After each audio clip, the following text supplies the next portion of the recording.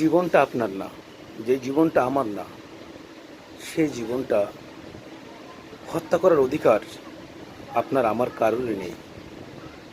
আমরা যদি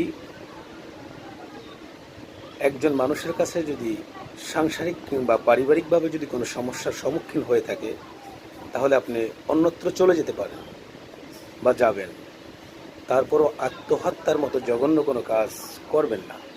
কারণ আত্মহত্যাকারী মহাপাপ করে, এই পাপী জান্নাতে যাবে কি না যাবে সেটা আমি জানি না, বলবো না। আর চিরস্থায়ী, অনেক অনেক আলেমেই বলে চিরস্থায়ী জাহান্নামে যাওয়া লাগবে। আল্লাহ মাফ করুন, সকল ভাইদেরকে দিনের সহি বুঝ দান করুন, সকল বোনদেরকে দিনের সহি বুঝ দান করেন।